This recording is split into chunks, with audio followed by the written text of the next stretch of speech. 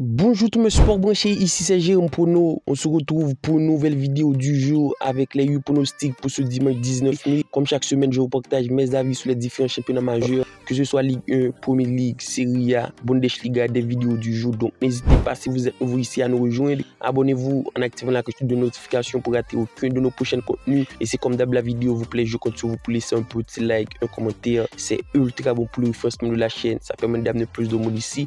Donc on se retrouve avec le recap sur la dernière vidéo du jour, celle du vendredi 17 mai. On a eu que 5 pronostics sur 8. On a eu 3 mauvais résultats à l'équipe et malheureusement, on a très mal pioché dans la vidéo. Les avis que j'ai pronostiqués sur Telegram, j'avais mal pioché puisqu'on n'a pas validé nos 2 belles confiances. C'est pour vous dire, mais moi aussi, ça arrive de mal piocher, ça arrive de tomber sur le mauvais résultat ou de tomber sur le mauvais pronostic. C'est comme ça on fait avec. Ça m'arrive aussi pour tous ceux qui se plaignent, pour tous ceux qui disent tel pronostic n'est pas validé. Vous le savez maintenant, ça m'arrive aussi parce que j'avais pronostiqué deux bonnes confiances sur le Telegram et j'avais pris le mauvais pronostic sur YouTube. Donc c'est comme ça. Si vous voulez plus de pronostics, plus de prédictions et si vous voulez rejoindre le Telegram, c'est tout simplement Facile l'équipe. Le lien pour ce faire en premier plan de la description de la vidéo. N'hésitez pas à le faire, clique dessus, je vous attends là-bas. On se retrouve en Liga pour notre premier match, la rencontre qui oppose Cadiz Las Palmas, match qui s'annonce tout de même intéressant du côté de Cadiz qui se retrouve premier au Liga et qui pour moi doit faire un bon résultat. C'est tout de même une équipe de Cadiz qui en ce moment reste sur de très bons résultats. À noter la victoire 1-0 contre Séville, la victoire 1-0 contre Getafe, ça n'encaisse pas, ça met pas beaucoup de buts et tout de même 2 défaites, 1-0 sur les 5 dernières rencontres. Et face à cette équipe de Las Palmas qui même si reste bien au classement se retrouve en 14e position sur le terminé en Liga, mais c'est une équipe qui reste en roue libre sur cette fin de saison pour 4 défaites, un match nul. Les cotes sur ce match restent plutôt bons, même si Cadiz part favori pour une cote à 1,80. Cadiz au nul et le moins de 3,5 buts pourrait être un très bon pronostic. Donc on va rester sur Cadiz au nul qui à domicile doit le faire et surtout doit terminer en beauté même si ça va redescendre. Donc Cadiz au nul pour notre pronostic du jour avec tout de même le score sur les 2 dernières rencontres, un score 1-0 à cet avantage de Cadiz qui à domicile pour moi peut le faire. On reste en Liga, le match qui oppose Villarreal-Real Madrid, match qui s'annonce tout de même intéressant puisque les cotes sur ce match restent plutôt élevées. La victoire de Villarreal à 3,30, le nul à 3,75 et la victoire de Real Madrid à 2,05. Au classement, Villarreal se retrouve 8e. C'est une équipe qui ne vise pas une place qualificative en Europe puisque la première partie de saison a été bien plus compliquée, mais cette fin de partie de saison reste bien plus prolifique. C'est une équipe qui reste tout de même sur 4 victoires, une défaite, qui se retrouve en 8e position et oppose face à une équipe du Real Madrid qui tout de même reste champion de la Liga, qui est premier et qui fait tout de même de très bons résultats. Une équipe qui reste tout de même invaincue sur les 5 derniers rencontres du Real Madrid, 4 victoires, 1 nul. Pour moi, l'équipe, Ancelotti va mettre l'effectif type. On devrait avoir un match plutôt plaisant avec pas mal de buts. En ce moment, Villarreal marque beaucoup. Donc, le but des deux équipes, pour moi, reste évident parce que Real Madrid va sûrement marquer. C'est une équipe qui marque dans la majorité de ses rencontres. Pourquoi pas le faire face à une équipe de Villarreal qui a de l'adversité sur le score 3-1.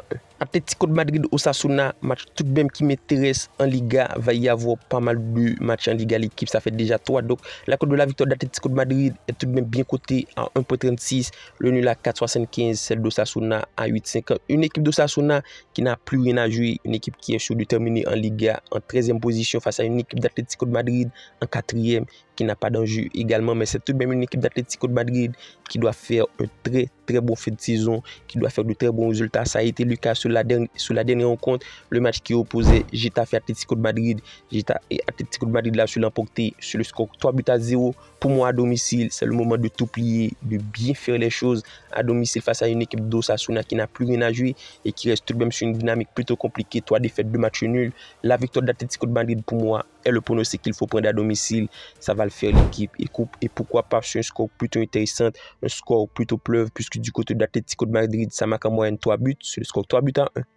On se retrouve en championnat de Grèce, la rencontre qui oppose Aris Salonique, PAOK Salonique, match qui m'intéresse bien, match qui devrait s'annoncer tout de même disputé en championnat de Grèce, même si du côté de PAOK, c'est l'équipe qui mène la danse, qui se retrouve premier, mais c'est tout de même 2 points d'avance du 2e place et une équipe de PAOK qui au niveau de l'état de forme sort tout de même d'une victoire, 4 buts à 1 contre Panathinaikos et c'est tout de même 3 victoires consécutives. Les rencontres entre Aris Salonique et PAOK sont des classiques de ce championnat. Donc, on doit s'attendre à avoir un très, très beau jeu. C'est la raison pour laquelle je vais sécuriser mon bet. Je vous mets PAOK gagne au moins une mi-temps.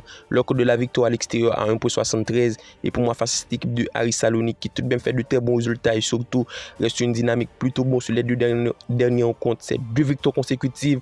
4-2 contre Lamia, 1-0 contre Panathinaikos. C'est pour moi une équipe qui peut faire mal. Donc la raison pour laquelle je vous mets la victoire de PAOK dans au moins une mi-temps sur le score de 2-1.